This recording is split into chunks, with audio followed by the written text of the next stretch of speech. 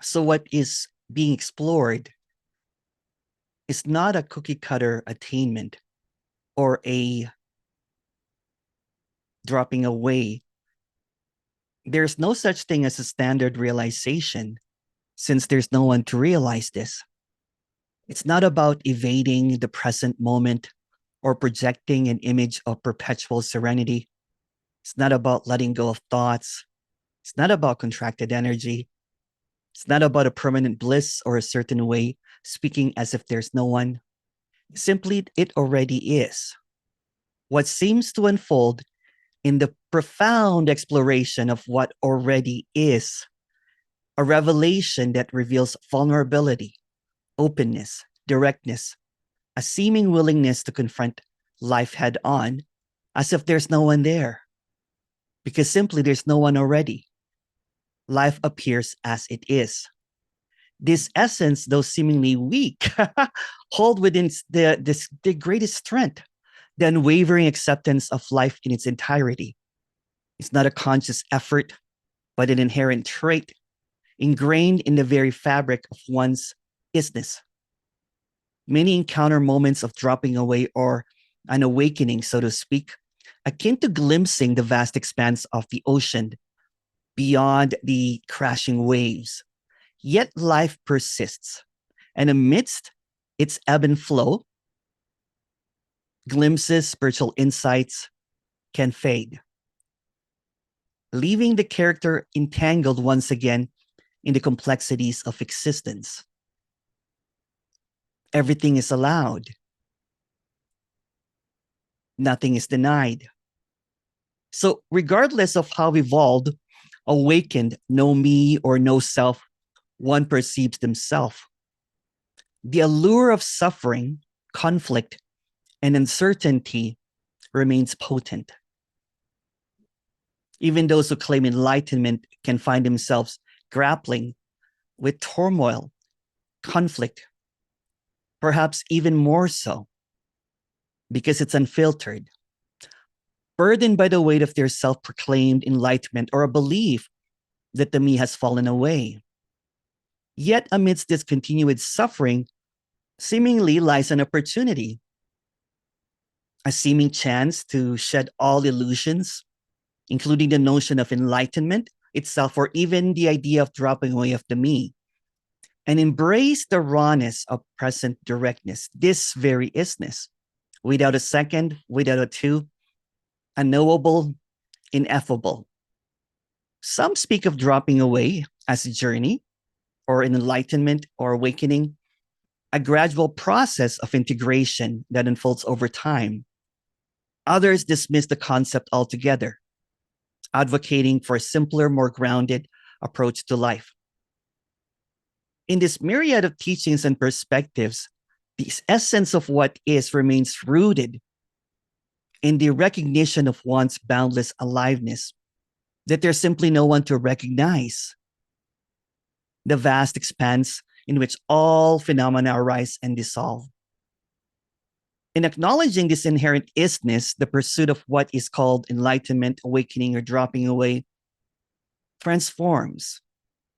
It's no longer a quest for a future attainment, but the recognition of the inherent completeness of the present isness, this very directness.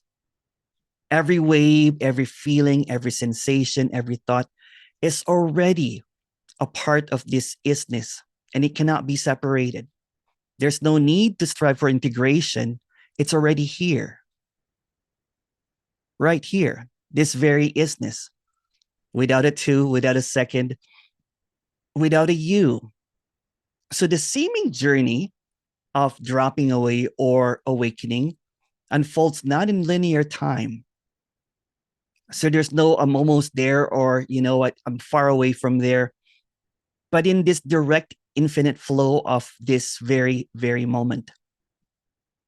In the story, it's a process of shedding false identities, unraveling the even a selfless form of seeking, and discovering this impersonal, deep acceptance within the unlikeliest of places.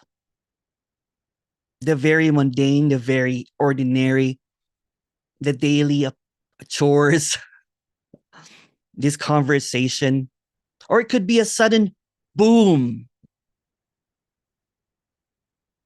and everything changes and nothing makes sense anymore. And all of the belief seems to fall apart. The thoughts don't matter anymore.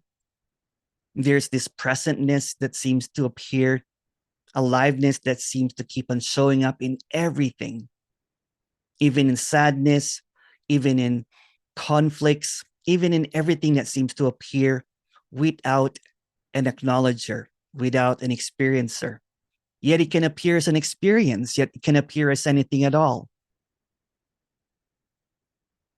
Well, amidst all of this, in this infinite isness, this very directness, the ever present moment where life unfolds in its entirety, there is this impersonal embrace of this very moment. The character, the individual, the me, the self sees that there's no one to liberate. There's no one in the illusion of time and space. There's no one progressing. And the comparison from apparent others that seem to have realized this simply falls away. Because in that recognition that there is simply no one, there are also no others. So awakening, dropping away is not a destination, but a perpetual unfolding. It's a free falling of what already is. And that might seem to be like a paradox, but life appears as it is. I wanted to make it really short. If you have any question, please go ahead.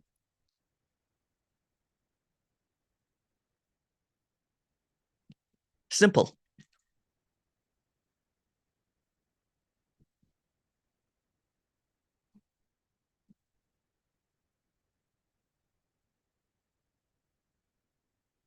Oh, there's a question here. Thank you so much for that intro, Emerson. Can you talk about the way that Emerson perceives this awakening? Well, there's no Emerson to perceive this awakening. In the story, there is this character named Emerson that seemed to have, it's even hard to talk about that, to be honest, right? Because it's not really an experience. In the directness, it's the lack of the experiencer, so to speak. So everything just appears as boom, pow, bang, shabam. And it could be sadness, you could call it sadness. It could be happiness. It could be hunger. It could be love. It could be anything that appears. It's just what it is, simply as it is. It's just very, the story seems to fall apart for the character. There is really no next. So there's this boundless aliveness, freedom that seems to appear whatever it is as it is, without any kind of comprehension of what's really happening. Can you talk a bit about doubt and uncertainty after a direct experience? Doubts and uncertainty can still seem seemingly to appear. But when it's seen that the doubts and uncertainty are just simply thoughts simply arising for no one, meaning that the thoughts, the doubts, the uncertainty has nothing to do with you. It's just a narrative in something that seems to appear to create conflict or ideas or something that is personal. So it's nothing personal anymore. it's just simple.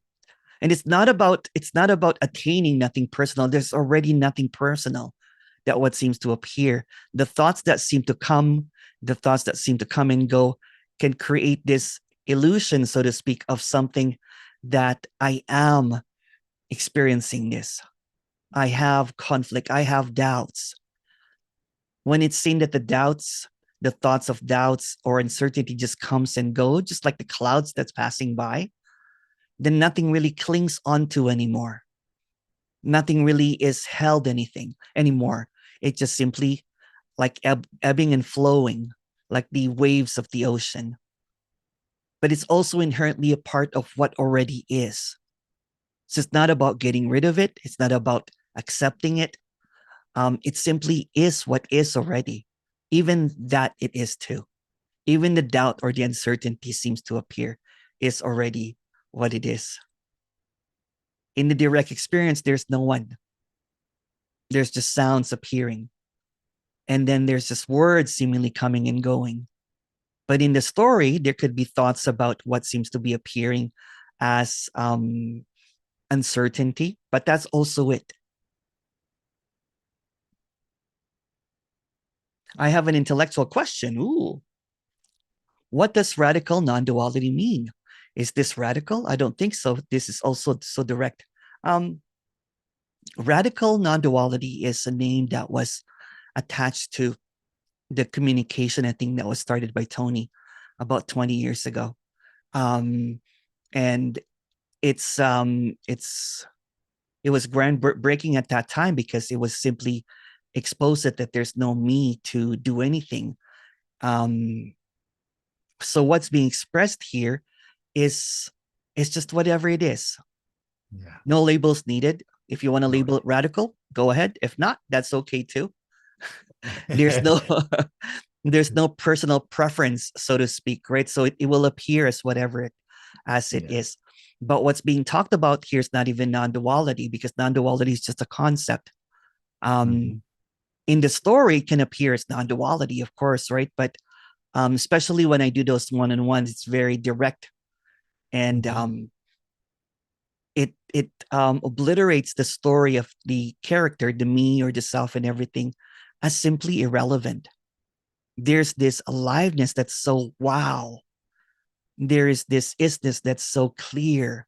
It does not require any kind of labels. It does not require anything at all because it's wordless. So trying to put a word into the wordless is just another idea. And that's completely all right. There's a love for ideas, of course, not trying to. There's nothing better or worse. It's just what is. Hi, Emerson. What is it that can notice thoughts? Is the noticer, watcher just another thought that seemingly arises with a thought? Yes. The observer, the witness, the noticer is simply just another thought. There's nothing wrong with it. It's just a personalization of something that's not personal, really. It can appear as personal. It can appear as my thoughts, my feelings, my ideas, and everything.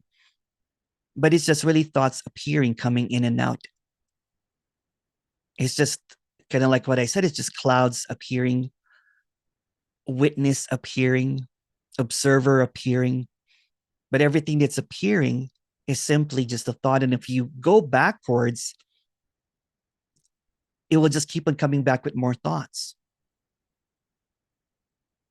So there is this what is that cannot be known, that is always present, that is not a being or not a being.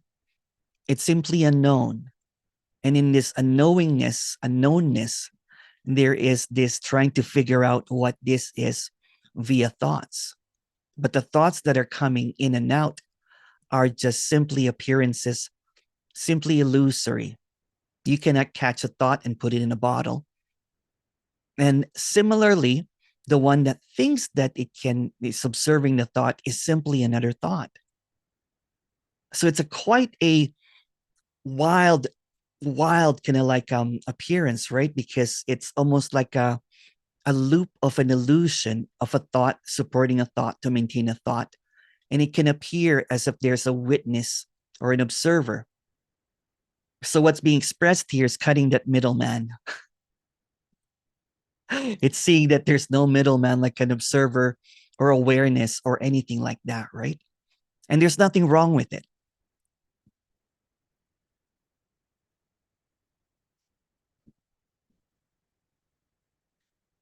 Thank you for the question. If you have any more thoughts, please go ahead.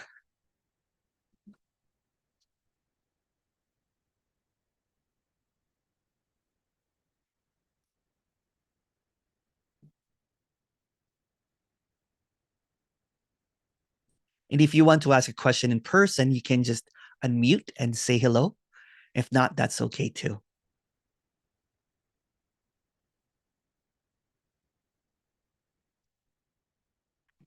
Question. Hi, Emerson. How can you let go of thoughts when there's no observer?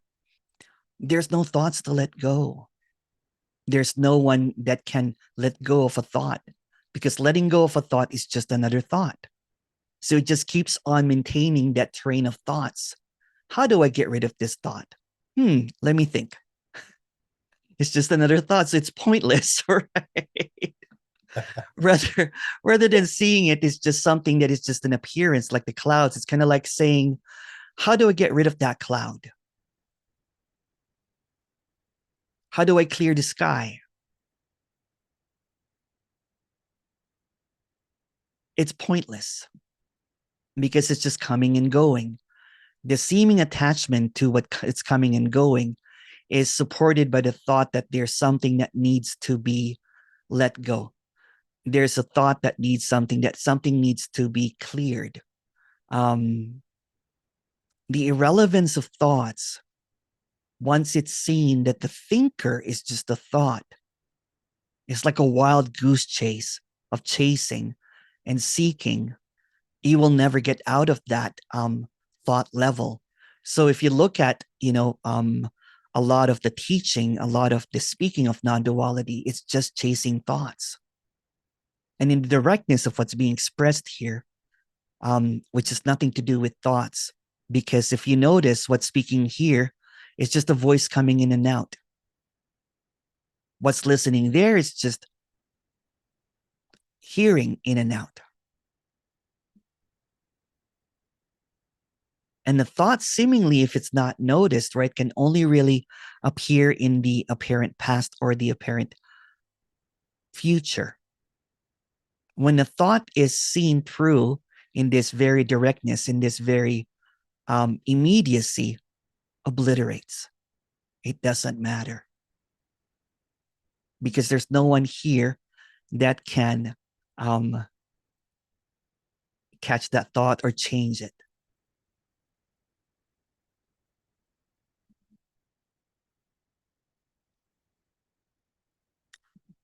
How about the practice of putting attention on the body sensation to go away from thoughts?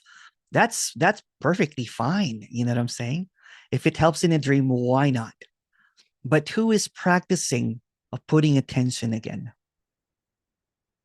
Is it simply another thought, trying to dislodge the thought? And the sensations in the body simply go away. If that works for you, why not? It's awesome actually too. But if you want to go to the directness, what are sensations? What are feelings? Who has feelings? Who has sensations? You don't even have to inquire. It's just really, really, rather just really direct. It's kind of like the reason I can like word is sure it's just a boom, right? It's just this. That's it too.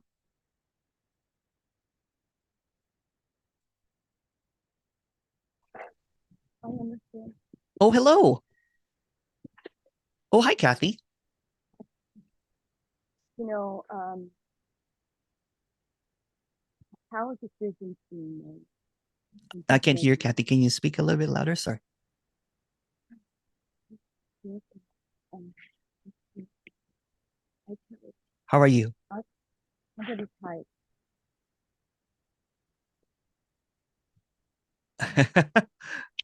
There you go. Now you're not sideways, and hopefully I can hear you.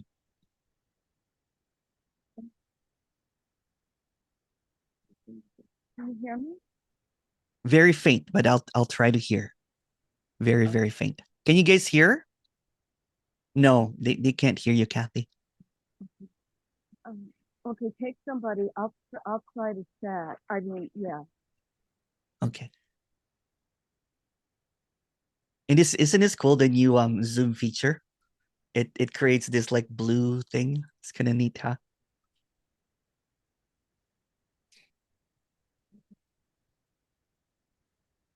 Oh, you're chat. Okay, you're typing. Okay, no worries.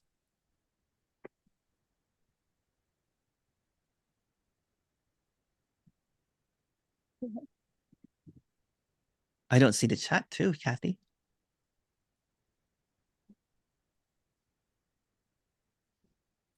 Oh, okay, there it is. What are decisions being made? Decisions appear that's being made by you, right? There's going to be in the relative, there's going to be choice, there's going to be cause and effect, there's going to be decisions made, there's going to be the illusion that you're making the decision. But what's being expressed here is that the relative, the character in the relative, the individual that's making this decision is an illusion.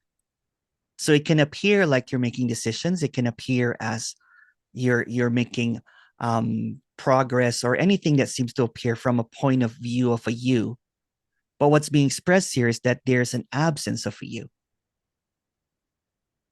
There might seemingly be an appearance of a you that's making the decision, but simultaneous, there's also no you making these decisions, which is quite fantastic, right? It's kind of like, oh my goodness, I'm off the hook. Meaning that there's nothing that you can do wrong or right. You know what I'm saying? Decisions seem to appear like in a very vivid dream, right? You know, you're making choices and everything. And the moment that there is clarity that it was just a dream, then everything that you thought that you decided vanishes completely. Similarly, what's being spoken about here, what's being explored is that there is a seeming decision happening. There's going to be an individual that's making all the choices. And it's not about a denial of that, right? Because denial is just another illusion. It's not even an acceptance of that because it's just another illusion. So simply what is that cannot be known, simply what seems to appear as this unfolding of something that is completely still, which is paradoxical. There is this infiniteness, and then there is this finite moments that seem to appear like decisions being made. There's going to be cause and effect. There's going to be life and death. But the absolute and the relative, when you see it is the same, then there's really no one dying and there's no one um, alive, to be honest with you. It's just all aliveness. So there's no separate stories because separation is just a story.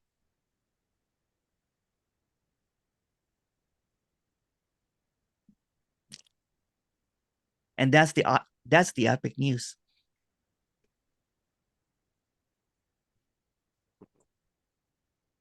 I don't like this 7-Up Zero. It dries your mouth.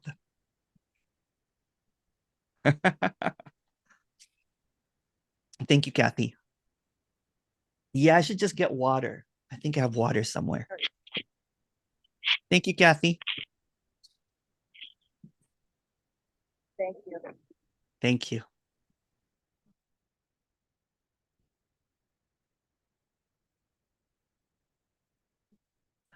Hi, Emerson. So you're saying that I did not make a choice to come to this meeting today. What I'm saying is that there's no I. Choices seemingly happened. Zoom seemingly is happening, but there's no I behind that. In the story, there's an I, but the story is a story, right?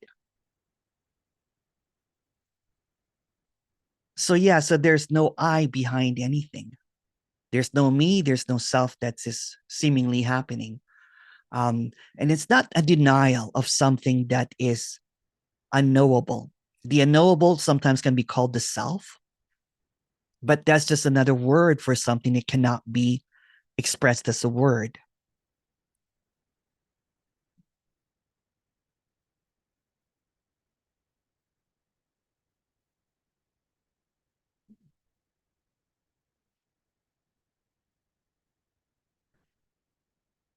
In your story, Emerson, you mentioned that you had an awakening that you saw God as everything.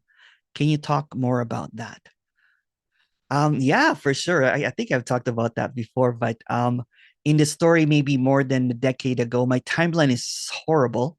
Um, the first kind of like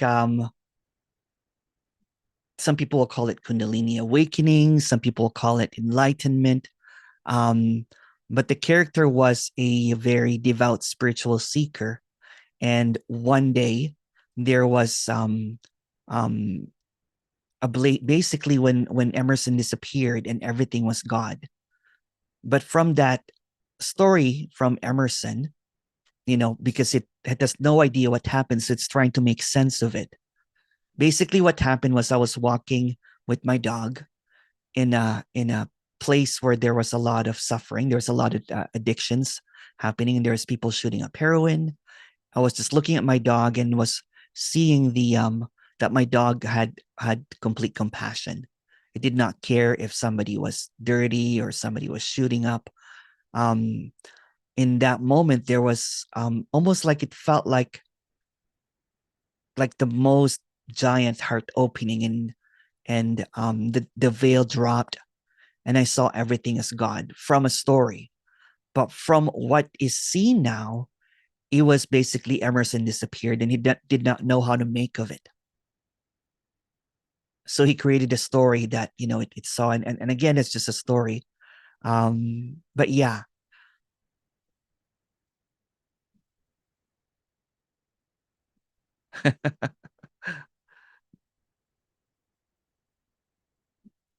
Oh, no worries, Corey. Love you. Thank you. Sorry I can stay at the end, but thank you for the great intro. Thank you, Corey.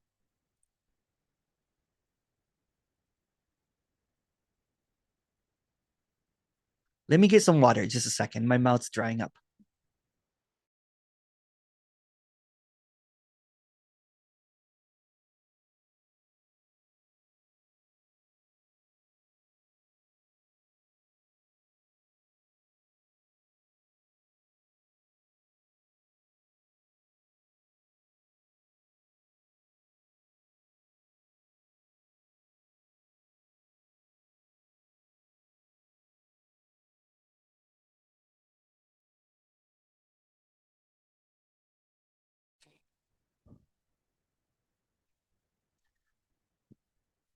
Can you talk about Kundalini awakening? I don't really know much about it, to be honest. I studied it before, but to be honest, the knowledge of my spiritual knowledge is irrelevant now. All of that thing that I have memorized, my ideas about um, awakening or Kundalini awakening is irrelevant in this directness. It's just another story about attainment, right? So, but what usually happens, and it's, I'm not trying to deny anyone's experience, is simply that it's an experience.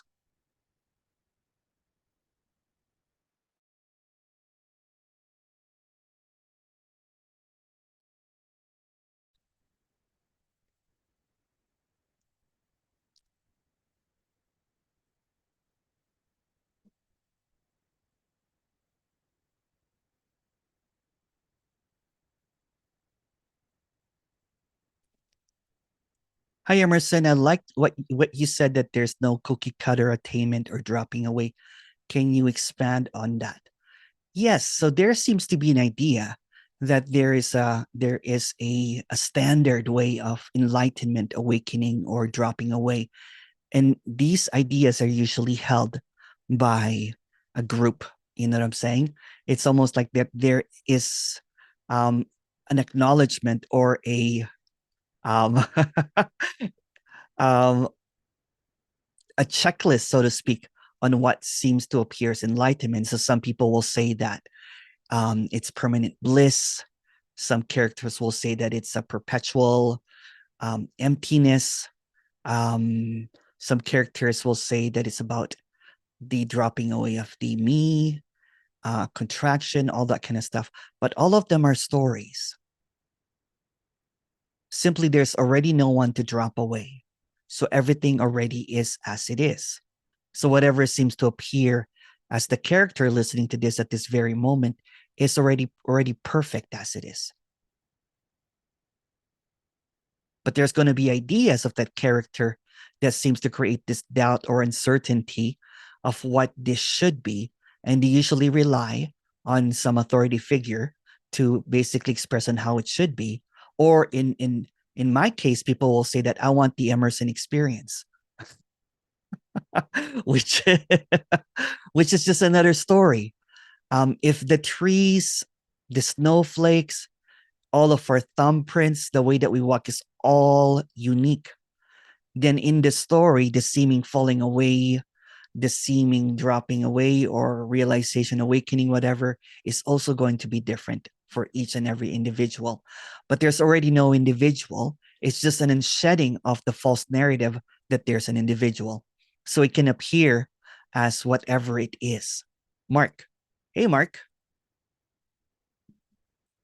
Oh my goodness, Mark, you look Hey, enlightened. Did you see your screen there? It's like there's a oh, halo. there is? Yeah. I Do you see it? I don't see that. What do you Oh, mean? Is it my light? yeah, yeah, yeah. Oh, it's been a while since I've talked to you. Yeah. But um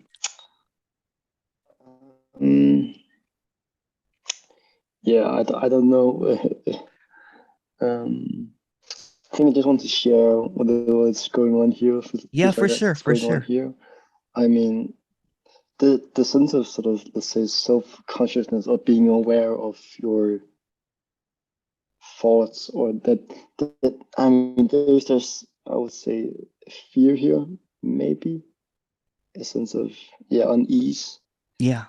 And you're saying that that's not happening. Well, let, let me stop that. Well, I think I spend a lot of time trying to, let's say, fix all of those, the things I didn't like, the emotions I didn't like, the feels I didn't like, and when there isn't a need anymore to sort of fix that or change it, and it's very simple, and it's not really like an issue anymore to, yeah, So to be with it, or the control freak is fading away, is what you're saying. yeah, yeah, Yeah. right. All right. Yeah, there seems to be Insane more control relaxation, freak. right? The control freak. Yeah. Yeah, yeah, I would say so. Yeah. And that's basically it. It's just kind of like what I said, right? It's not about a certain rule book. There's no rule book for this. There's no Right. qualifying stuff for this, right? So what seems to appear is just the seeming unfolding, like kind of like almost like a peeling of what you think you Mm. are. It's like a small crack in, like a piece of glass, and then it all begins to sort of crack up, and it's That's just, right. That's right. Yeah, that yeah. glass house that you think that you're inhabiting, right? There's a crack and there's no more barriers, basically. So everything just seemingly unfolds or free falling. Um, is a good way to describe it, right? So when there's no more control, there's fear that happens sometimes because that narrative of you in charge is beginning to fade away. There's no you in Mm. charge. Well, I mean, yeah, Yeah, there's not even a chance, but there's not even a me, or exactly, because there's no you to be in charge. That's right. And it's great. You know what I'm saying? It's great. It's just this relaxation. It's just kind of like falling into things. Everything seems to just Mm. flow. Right, right. There's just this, if you notice, not you noticing, but that there's a directness. There's a directness that is in this immediacy that's very intimate. And the intimacy is the almost the dissolution of what you think. It's the irrelevance of the thoughts that seems to come and go. It's wide openness. Everything's allowed. Nothing is. It's like freedom appearing as it is. That's what I'm trying to say. Mm. But the freedom, when you think of it, can only be interpreted as a past or a future tense. But there's no. But freedom is conditional if it's according to you. So when there's a lack of control, then freedom just unfolds as it is. Mm. Yeah, Right. yeah.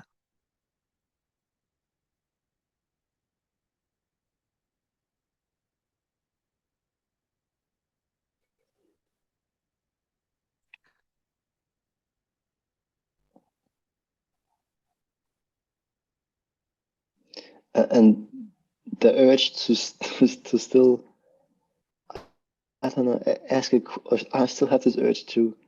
Yeah, for sure. Go ahead and ask questions. Yeah. I don't even have a question, but I just I don't know.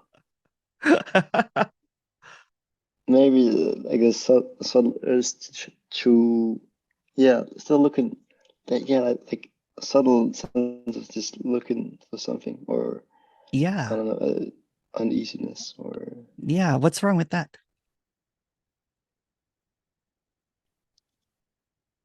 If there's no one doing it, what's wrong with that? It just happens, right, doesn't it? Right? Can you control right. it? I guess not. I guess not.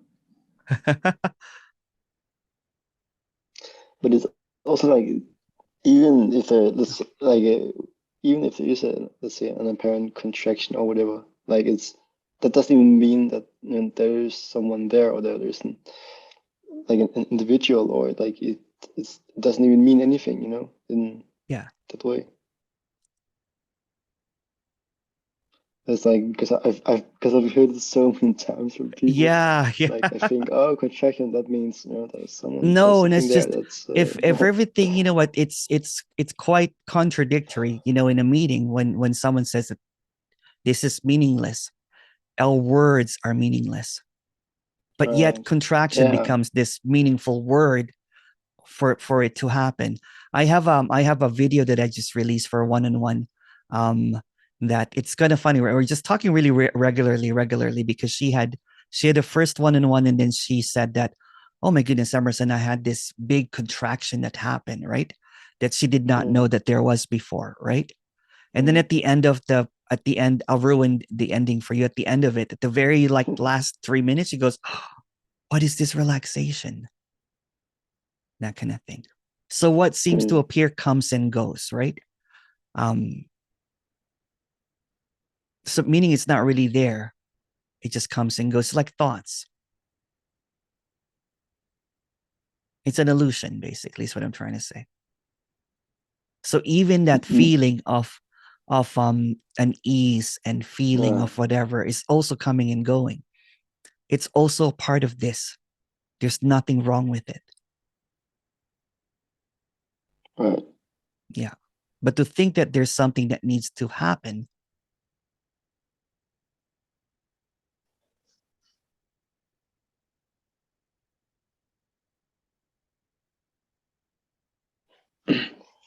yeah.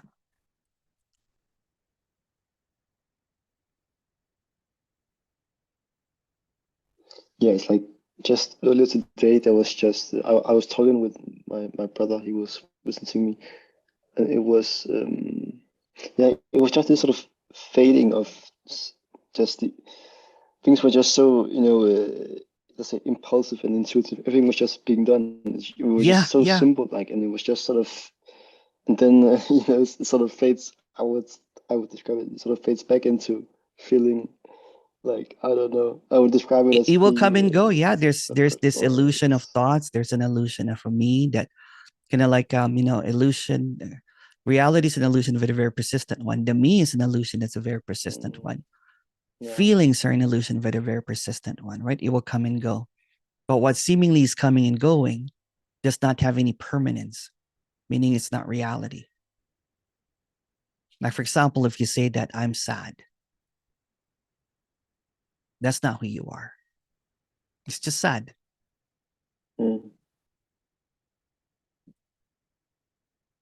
yeah, yeah.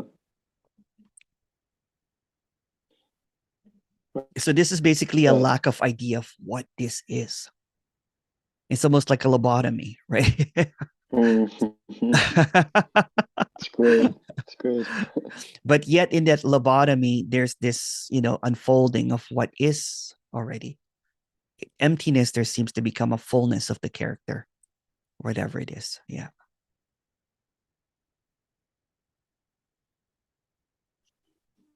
Right. Yeah.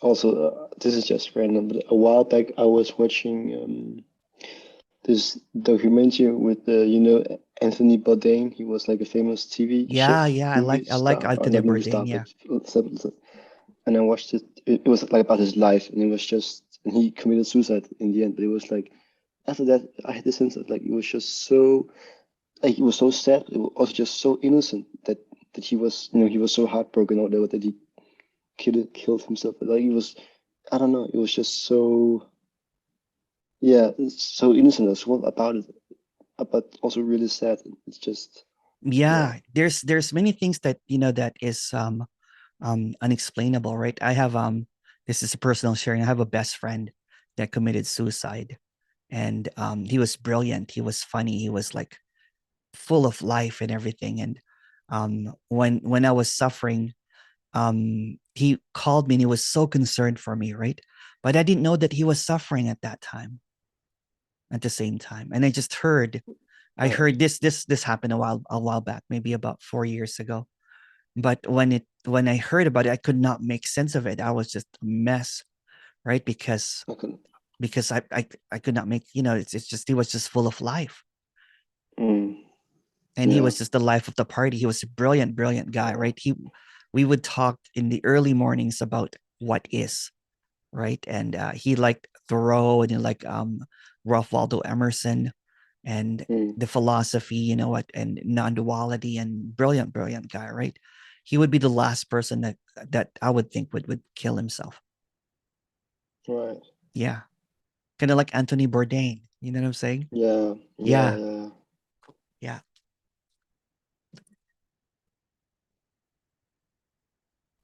Yeah. It's crazy. I think I was always, I wouldn't say fascinated, but I was always just curious about like when people committed suicide or people commit suicide, because it was like I just couldn't understand like how much pain they had to, to be in to see that as Oh, I've the been there. last I've been there. The character has been option. there. It's so Right. painful that the suffering can get really, really intense and unbearable. That the Right. thought of ending that pain by killing, by ending the life, you know what I'm saying? Killing oneself um was a relief, in the idea, right? Because it just gets there. It just gets there. So there's a lot of compassion for people that have gone through Yeah. I some felt suicide. Yeah. exactly. Yeah. Exactly. It's Yeah. There was unimaginable also, pain. It's yeah. Yeah. Yeah. Yeah. when they talk about my suffering, there was a point that I was trapped in that suicidal tendencies for quite a while. Yeah. Right. Yeah. Yeah, that was also what came up, like a lot of compassion when I saw that movie, like so much compassion for, Yeah. yeah, it was just, oh Yeah. man.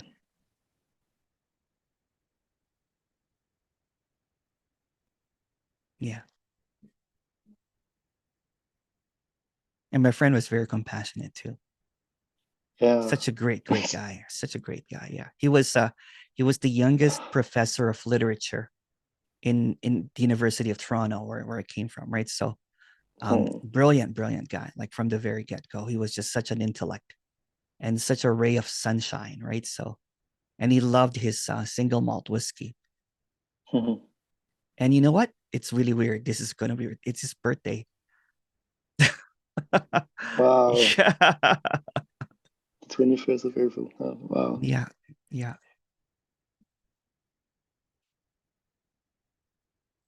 Oh wow.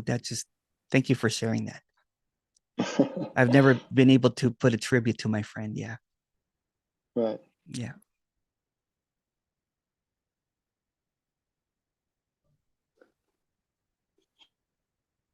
But it's a part of this life and death Yeah. seemingly appearing. There's someone that I'm talking to, her son just had a baby, sending me infant beautiful pictures. Right. It's all a part of it. And then there seems to be a cycle of life and death happening. It's just all this. But yet there's also no life and death. But compassion happens, sadness happens, all of that seems to appear. Yeah. Yeah.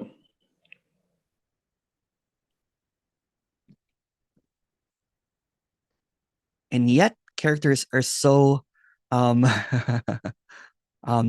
involved in their seeking when there's this beautiful appearance of this aliveness that's appearing, right? I wish my friend could see me now because he was so concerned for me. He even told his mom of how concerned he was because I was just in the depths and depths of suffering. And yet in my depths of suffering, I could not see how he was suffering too. In the story, he didn't even talk about it because he just wanted to be there for me.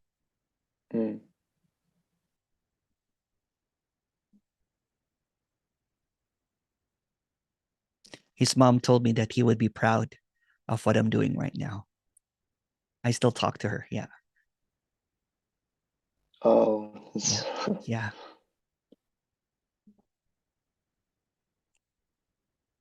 For me to get out of that right. Suffering, right? To me, for the Right. character to be able to stand up after falling down so many times, right? So there's so many times that a character, it was just hitting rock bottom after rock bottom after rock bottom. But now it just seems like a bad nightmare, right? Right. Yeah. Yeah, it's like the seriousness of life can, when it can seem extremely serious. It does. Yeah. Times, It can eat you up, right? It can. Yeah. And again, in this story, people ask me, why do I do this? There's no reason, in the absolute, but in the relative, in the story, I wish that someone like me would be there for me, right? To talk about, to navigate through this seemingly confusing narrative about dropping away and everything when it's just really simple. For a character to basically say that it already is, to be able to break all the dogmas and to kick all of the pedestals and everything and just be a friend and not think of anyone as less or more because everything already is. Yeah. And this expression is that in the directness of this, there's no Emerson that knows anything here. It can appear just like a friend. You know what I'm saying? That's why I do the one-on-ones. It's when I talk to you, it's great when there's a clarity that seems to appear and there's no words for it whatsoever. There's no labels. Right. Yeah. Right. Yeah. But for people that are listening to this, if there is depression or suicidal tendencies, seek professional help. Non-duality is not a cure for depression or suicidal tendencies, right?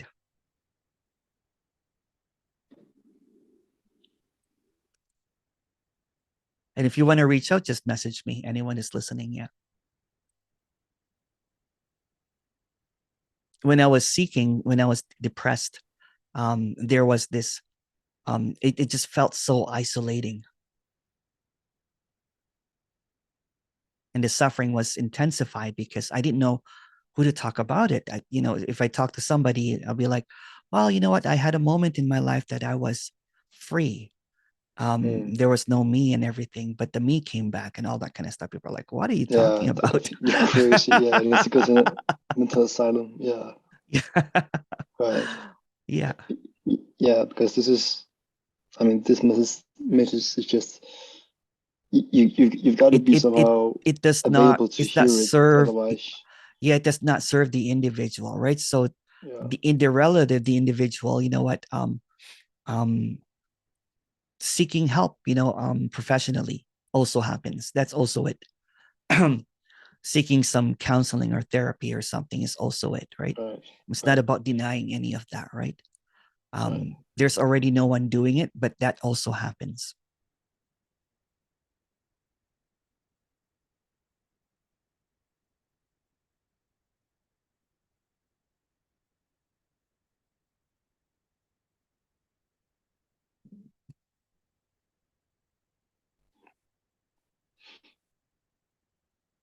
Thank you. And there's a couple of questions here. I'll answer Soma's first because it relates to what I was talking about, and I'll get to your question, Rob, after. How did you get over the depression, or is it still a factor? I did seek help. The character did seek help. You know what I'm saying? And shortly after that, professional help. And shortly after that, there was a dreadful feeling, because it's almost like I did not want to seek help, because I thought that I only needed to drop away the me, or get my enlightenment back so that I can be happy again.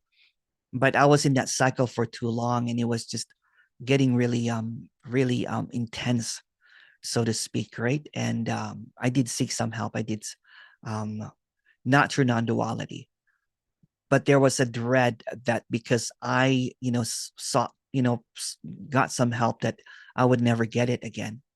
But the character had to get out of the way, right? To get out of that idea that this has something to do with me. But yeah. Yes, Kathy, don't tell the therapist there's no one. Emerson, are there any common qualities shared by those who drop before it happens? What about afterwards? Also shared qualities of those who have dropped? That's all a myth, because there's no one already. So qualities, some people kind of like, I once had someone that interviewed me that asked me about my story, and he had a checklist of truly enlightened beings.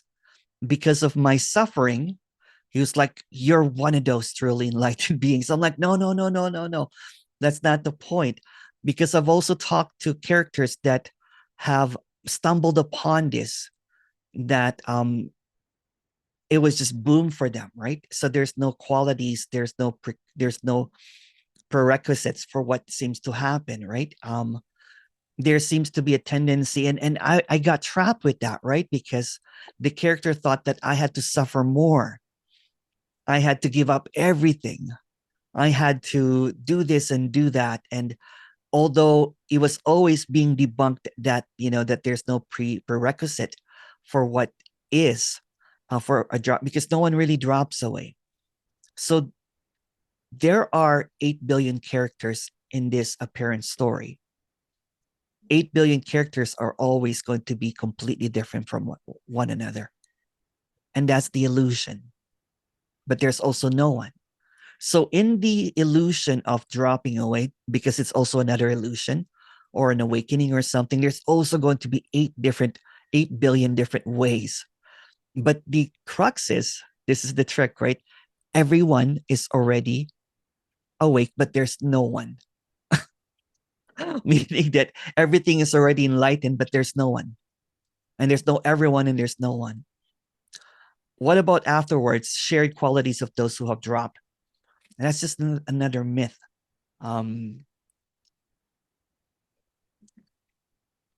Let me share you how this myth kind of like happens, right? So from the religious spiritual sect, of pure non-duality and everything, people that are more into no harm and practices and everything, the shared qualities might be a bit more about more of a holy or divine kind of like character, you know what I'm saying, that does not, more soft-spoken and everything. And then there's this other radical thing that happens that seems to appear as everyone speaking the same kind of like linguistic. Let me tell you something. I've talked to a lot of these people and they don't talk like that in person. They're all different characters. You know what I'm saying? From the awareness thing, the soft-spoken, long pauses in between there's no one here. It's all a ruse. You know what I'm saying? And I've talked to this character, had the privilege of being an interviewer for most of them, basically, right? So, and friends with some of them. There's no one, but in the story, it's all going to be different. So there are no shared qualities, really. It's just an unveiling or unfolding of something that already is. So if the character is funny, it's going to be more funny. If the character is, it's just simply what is already. So there seems to be a lot of contradictions, that there's something that appears. There's just seemingly more aliveness and freedom as appears. It's not like you get transformed into speaking more religious in the awareness, kind of like, or more kind of like more serene, or more know me in the thing. They're all just stories. And there's nothing wrong with the stories. It just simply appears as it is. Hello. Oh, hello. Is it Virginie? Hello. Hello. Hello, Virginie. How are you? I'm good. How are you doing? How are the horses? I'm fine. I'm fine. I just wanted to say hello and thank you for everything. Just Oh. feeling very happy. Are you So, are you able to show your horses? Are you? my horse is very happy, but I'm not with her right now. Okay, I'm with okay. my cat and my dog and the sea and the moon. It's very Oh beautiful. yeah. How has it been for you? How has it been? How's the story Yeah, going? yeah, it was very interesting because it was exactly the same. Yeah. And it's still the same, but yeah, uh, it's nice. Yeah. Yeah. Well, thank you, And Virg. yes, Oh, sorry, go ahead.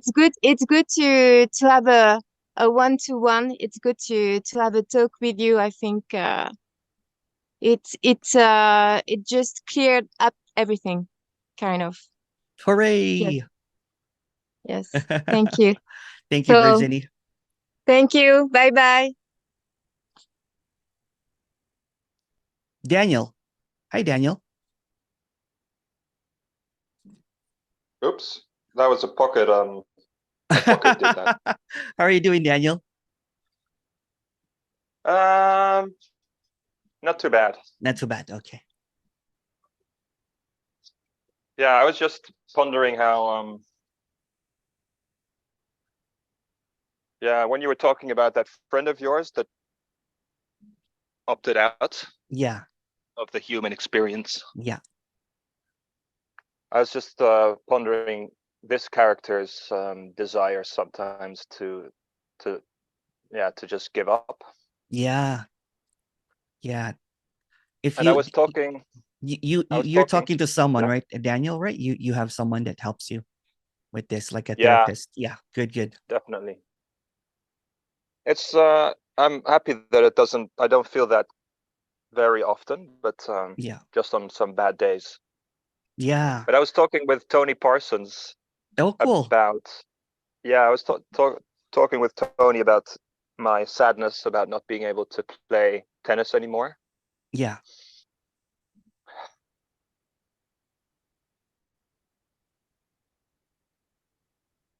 And what did he say? Yeah, yeah. It's hard to talk right now because there's sadness coming up. Yeah. That's also it. But we'll talk again soon, Daniel. Let's do another one-on-one. Yeah, cool, man. Thank you. Yeah. Love you, man. Okay. Love you too. Take care.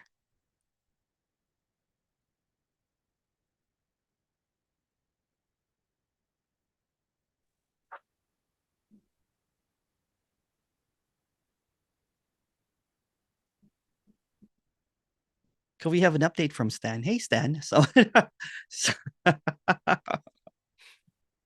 hi, Stan. Hey, hi. Oh, look at that. It's, you know Hmm. what it is? It's the Zoom has this new blue filter, right? So everyone looks enlightened. So especially Stan. Well, I had a pretty good day. Yeah. Um, um, actually, yeah, I really enjoy listening to you. And I've been doing the last 5 days. I've been doing, the 5 intensive you did like a year ago or so. Oh yeah. You sent me the whole thing, and I was going through the whole thing again. You're It's quite something. it's exhausting, isn't it? Yeah, exhausting. And some things you say are so bothering. It's like, oh, Yeah. bothers me a lot. Anyway, That's it too. Yeah. I just want maybe as an update, I just want to take a moment. It's going to sound like a practice, but it's not, right? It's okay, doesn't matter. just, just to taste of the quality of love, just Yeah. anyway, I'm exploring. I'm just discovering it. So indulge us. Yeah, sure. For me, I'm just enjoying this sense that I can rest. Something is resting. Something is on holiday, and so yeah, it's I can't say much more. It's just like it's more like I'm being like I don't know, lobotomized somehow, and yeah, and I must say also it seems to manifest with some people in some relationship. Like I had a connection with a woman recently, and I thought, "Ooh, what is this?" We share this very quiet love, and but it's very interesting because first, of course, the reflex is like, "Oh yeah, it's going to turn into something romantic," but it didn't, and it doesn't, and it's really this quality of love which is non-grasping, and it's so healing. I found it so, especially with a woman, to feel that, and yeah. Beautiful. So it was pretty quiet and Yeah. yes. Thank you, Emerson. Oh, thank you, Stan. Love you. Love you. Love you too, brother. Love you. There's a question here. Who writes the stories? Why do things seem to happen the way they do? I suppose these are unanswerable questions, right? Yeah, the thought will keep on coming up with the thought. The story will keep on coming up with stories to figure out the story. But even trying to figure out the story will just result in more stories. And it will just go in a circle infinitely. But when it's seen at the story, um, it's just what it is. Seemingly happening, not happening. Seemingly written, but it's not written. Seemingly it's just this easiness of everything that seems to appear without any kind of landing. And in that flux of what the fuck? Let's just say that, right? Everything is just what the fuck? And it's just wild, free already as it is. And questions and answers does not really matter. I used to try to figure that out, but I was just chasing words, chasing stories, chasing myth. There's nothing wrong with chasing that, but when the character gets tired, when he gets exhausted, kind of like what Stan was saying, then it's just this quality of love that cannot be grasped. Thank you.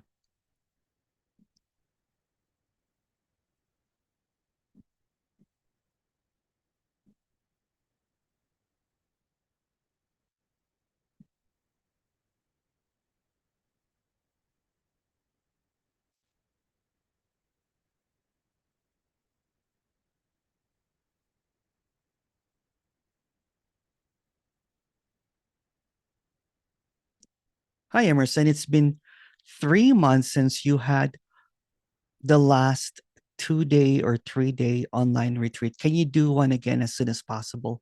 It's been 3 months. Oh my goodness.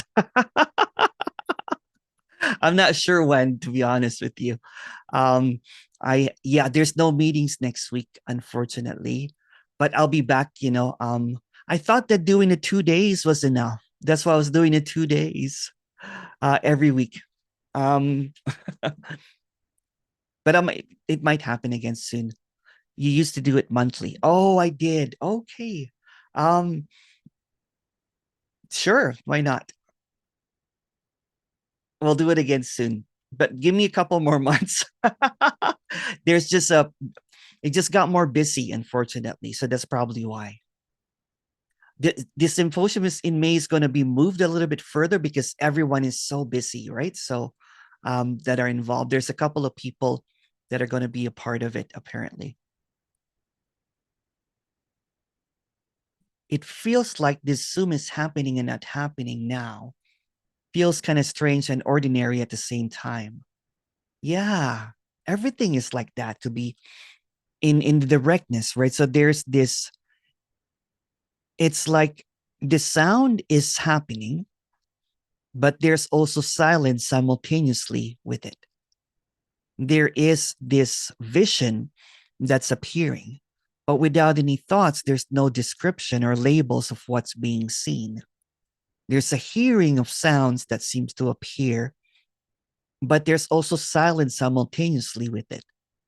So there is this happening and happening simultaneously occurring, but no one can figure that out.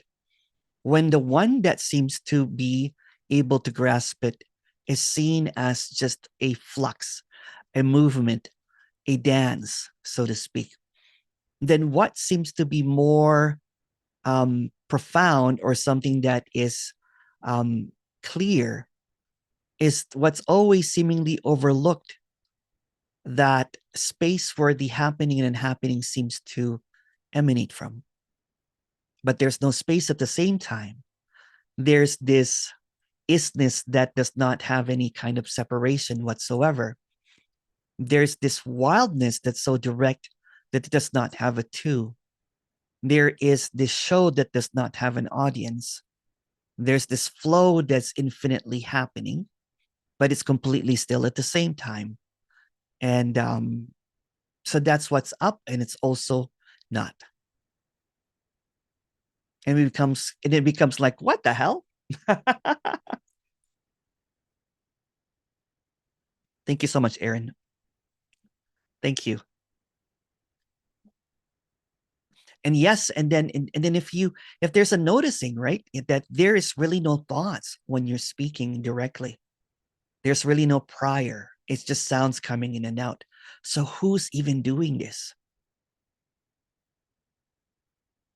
And the immediacy, there's no one doing outside of a thought. So there's this appearance, this booming, this bang that's happening that does not have any kind of source, because source would just be another thought. So it's almost like a wonderland of words that's seemingly appearing, but the words are empty of meanings. Then there's this sensations and feelings that seem to appear, but since the thought of I is simply a thought, then where are these feelings and sensations seemingly appearing from? What are they even? What are these emotions that seem to come and go? What's overlooked is the stillness that is so radiant, but it's always overlooked.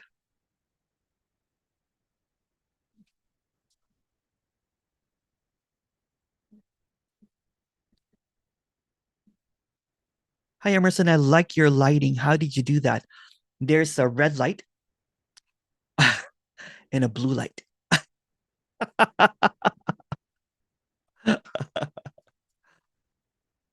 It looks cool. Yeah.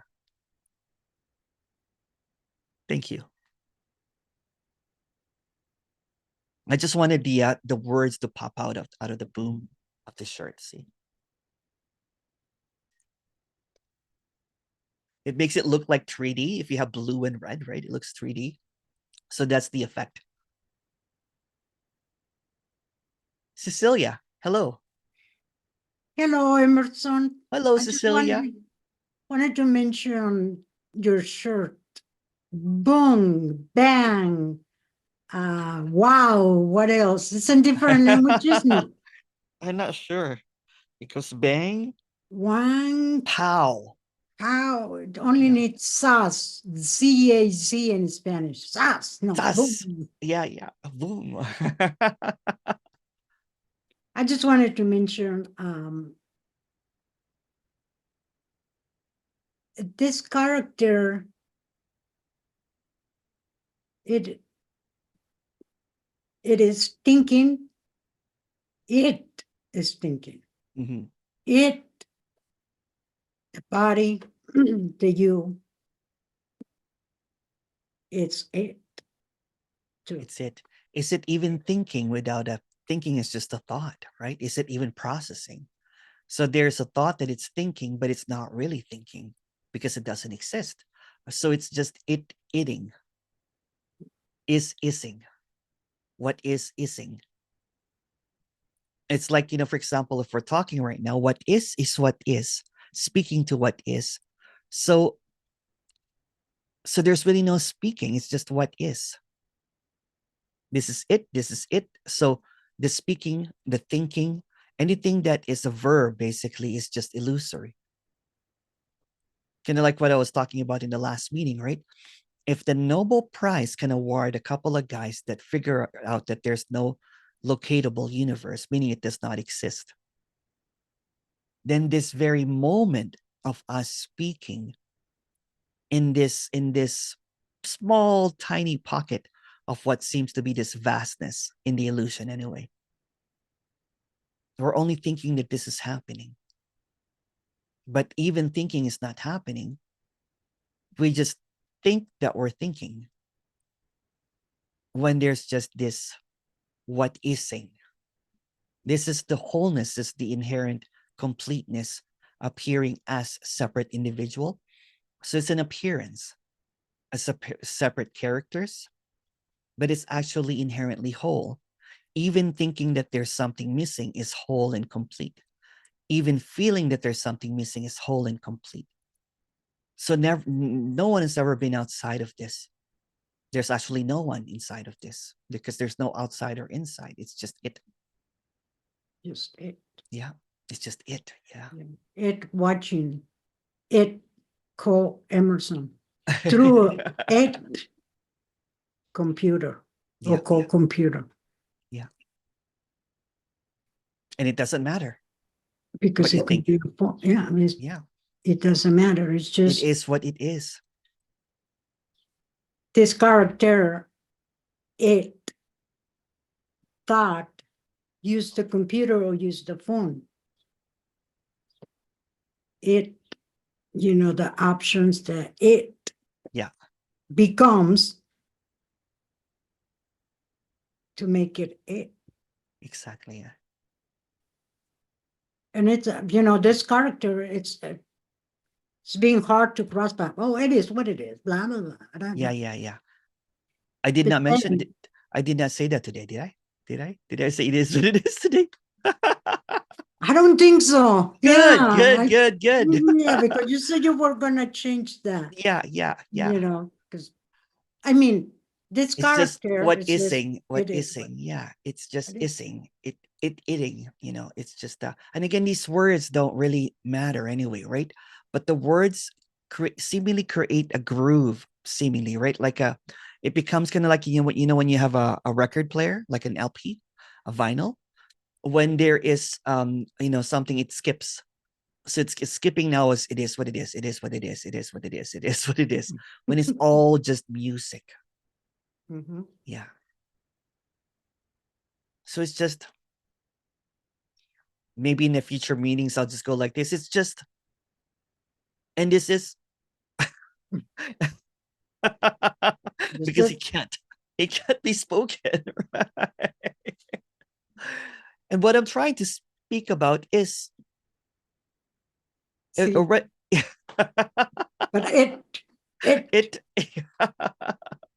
it's just the way to communicate. Yeah. In the story, let me tell you, a few weeks ago, I got a phone call from someone telling that I scammed him, that I asked for money and blah, blah, blah. And I said, it wasn't. From your Facebook. Is it from your Facebook? Right. WhatsApp. WhatsApp. Oh, no. But they got the information from YouTube. And then he was very verbally abusive and aggressive. And this character that, okay, you have to do something about this. Yeah. And I'm like, no. And quietness happened. He even asked, are you still there? Do you hang up on me? Totally. And then this character said, and that's part of the story. I don't know if you believe in God, but I swear on God, it wasn't me. Poof, Oh, wow. everything changed. I even was like, where that came from? Yeah. And he said, I do. I do. And hang up. Yeah. And he doesn't contact me. And I met him in the story, like when we were babies, we were in the same Oh, school. wow. Wow. Then I was like, where that came from, where Yeah. those words came from. Yeah. Yeah. And it was quietness, responding, maybe a resonance. I don't know. Yeah. I If you don't want to look make at it, a right, story. in the immediacy, right, there's just this flow of, it's like, you'll often catch yourself like, did I say that? It's just coming out of this seeming aliveness, right? It's just so direct and alive, that it does not have even a moment to have a thought, basically, because it's just really direct. And seemingly that happens in a lot of stories, right? When you're like, where did that come from? Mhm. Meaning it's not you. It's what I was, making the Yeah. story. Yeah. It answered to that question. But from the stopped what lens of the abusive. storyteller, that will become a story of me. But Mhm, really there's no one behind it. It's mhm. just this that cannot be known, this that cannot be talked about, this that is in everything, this that has all the description but no description. Yeah, It's wow. it, It's a boom. a boom, a wow, a I can't read that one. bang. I like the bang one. Whack, whack, Whack. whack. Yeah. Thank you, Emerson. I Thank love you. you. I Much love you love. too. Thank you so much for everything. And Jeffrey. Hi, Jeffrey. Oh, you have to unmute Jeffrey.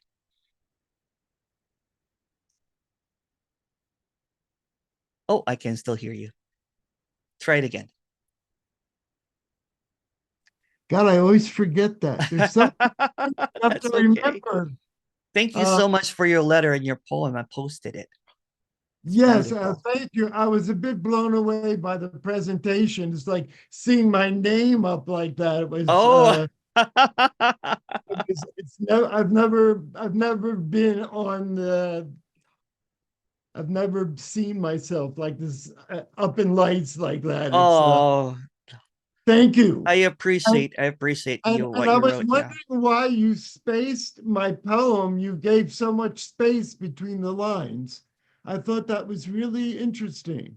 Yeah. Like time to reflect after each line. Yeah. Thank you. Oh, you're it's like welcome. reading it's like reading my own poem for the first time. Oh, beautiful. Yeah. Thank you. Thank you, So Jeffrey. I was saying that I lived in New York at one point, and in around 12 noon, broad daylight, I'm standing on a corner waiting for the light to change. And suddenly there's a black man standing in front of me with rage in his eyes, and he's holding a knife in my gut, about to push. I mean, if I say the wrong thing, I'm dead. Yeah. And what I did at that moment, well, I don't even say I did it because it happened. Yeah. I closed my eyes and I asked God, yeah, what should I do? And the message I got was, don't be afraid. Open your eyes and look directly into his, and you will know what to say. And then things just came out your mouth. So I opened my eyes and I looked directly into his, and what came out of my mouth was, "Are you all right?" Oh, wow. That's beautiful. And the knife just went down and he turned and walked away. It was the magic words. But wow. Who in a million years would ask someone who's about to kill you, "Are you all right?" But it was exactly what I had to say. I had But some similar experience, and I think I've shared it. I got mugged as well, right? And um, I didn't have any. There was just directness. I just saw that that was not separate, and there was just a lot of compassion. And he basically was saying, I have 50. I have this cologne. It's one of those cologne. He goes, you have to buy it from me. It's $50. And then there was an Exacto knife, like one of those knife that you open boxes with, like thin blade, on my side there, and then I said, I have $100. I can give you $100. It's okay. It's okay. And there's just a lot of, there was just to cut a long story short, because I've already shared this story. Um, he was touched about the kindness and everything, that he ended up saving my life, because he actually asked me to go, because he had other people that were coming to basically rob me some more or something. But yeah, it's just what is. It's just what is. Like all of these narratives that we have, when there's really no separation, and there are seeming moments in this story of life that seems to appear as just this. life just seems always to be saying, look, it's all connected. You Yeah. can't go wrong. Yeah. Just relax and be spontaneous. Yeah. And all through my life, I've had those moments which keep edging me along the path. Beautiful. For instance, I don't usually give beggars money because I just can't afford to. And Yeah. I've learned that if you give a beggar money, particularly if they're one of the regulars, then they'll start expecting you to give them money every time you see them. So, well, one day this guy asked me for money, and for some reason, I'd never seen him before, and I felt like a heart connection, and I gave him $1. And I walked around the corner, and on the ground was $5, a $5 bill. So it's like I was rewarded with $5 for giving him. So I thought to myself, wow, I mean, all this time I've been stingy. If I give more, I'm going to get 5 times more back. That's So beautiful. Thank you. one of the things I wanted to talk about was that issue of suicide. I've been diagnosed with acute depression all my life. And so suicidal thoughts have always been there, and only because I've been in a lot of pain for one reason or another. Yeah. I don't want to say I've been in more pain than anyone else. I think everyone has their pain. I think if pleasure and pain go together. So there's pain in life and there's pleasure. But some people are more sensitive and the pain is more overwhelming, whatever. So what I've discovered was that the way to deal with it best was to embrace the pain rather than rejecting it. Because when I would reject it and get angry at the pain, it would get worse. Whereas if I would embrace it and say, work with this, don't make it your enemy, make it your friend. You may not realize it, but the pain is actually an ally. Usually it has a message. It's saying something. So if you embrace it, you'll get the message. And once you get the message, the pain will very often go away. It's just wanting you to hear.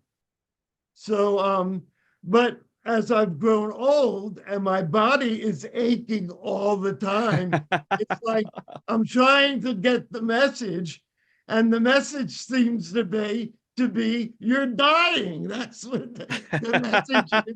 Your body is. I will call it as that's also it. That's also it. That's also it. I say, well, I could end the pain by killing myself. Yeah. And I have a bottle of I guess it's all right to say I have a bottle of oxycodone that I saved up, that I'm ready to kill myself whenever the pain becomes unbearable. But my definition of unbearable keeps changing. Yeah. It's like, is this really unbearable? Move to Canada. There's assisted here. Oh yeah, it's legal here. Yeah. I believe it seems to me that if you succeed in committing suicide, then that's it. I mean, we're always saying, this is it. Well, that's it. That's It can't it. Yeah. be wrong Yeah. because nothing's wrong. Whatever happens is what has to happen. Yeah. So if you succeed in committing suicide, then that's it. It's okay. But the message I keep getting is it really unbearable? And usually the answer is not really. I think I can hang around for a few more days. So I keep giving myself more days, and the pain is still there. But You can always call me Jeffrey too, eh? If you need to talk about okay. anything, you know. Well, the thing is, I don't want to give anyone my pain. So No, you're not going to. I've You're learned not able to do that. well, the thing is, those people, they don't want to hear about your pain. If you start talking about being in pain, they say, well, see you later, Jeff. Try me. And I understand that because people are afraid that you're going to give them your pain. It's Yeah. irrational, but they really are afraid of that. Yeah. So when people ask, how are you? They want you to say fine. Yeah. They don't want you to say, well, I've got aches and pains and my back is killing me. That's not what they want to hear. So I usually keep it to myself. So no, but if you do have some psychiatric I have a help. psychiatrist who has assured me that if I talk about my pain, he can handle it. And the moment I walk out the door, he lets it go. Yeah. So I can trust him that I can That's talk good. about That's my a good pain. psychiatrist. Yeah. Right. Yeah. And I'm talking about my pain to you because I know you can handle it. And also your audience. Your audience, I'm sure they're all in pain in one way or another. We all are. And like I said, the best way to deal with pain is to embrace it. Make it your friend instead of your enemy. Mm. And then it changes. It becomes more bearable. Yeah. So that's it. Thank you so much, Jeffrey. With And all of thank this. you. Oh, sorry. Go ahead. Go on. No, go I was ahead. just going to say thank you for putting my letter on your blog. Oh, of course. Yeah. Thank you. Yeah. Thank you for that. Well, I think I might have to put a disclaimer here. if there's anyone that needs any help, you know what I'm saying? I seek help, you know what I'm saying, for people that are suicidal or message me or something. Well, of course. Yeah. But I'm just recommending that having a friendly attitude toward the pain. Of course. Yeah, that's valid too. That's awesome. Yeah. Well, I love you, Jeffrey. I love everyone. Thank you so much, everyone. And I'll see you guys not this weekend, but next weekend. I'll release a few videos. Yeah, I know. Well, I'll watch YouTube videos. That's right. Mwah. Thank you so much, everyone. Love you too. Thank you so much, everyone. I'll leave the room open for breakout room here, but thank you so much. Love you guys. Love you more. Bye. Bye. Love you back. Bye.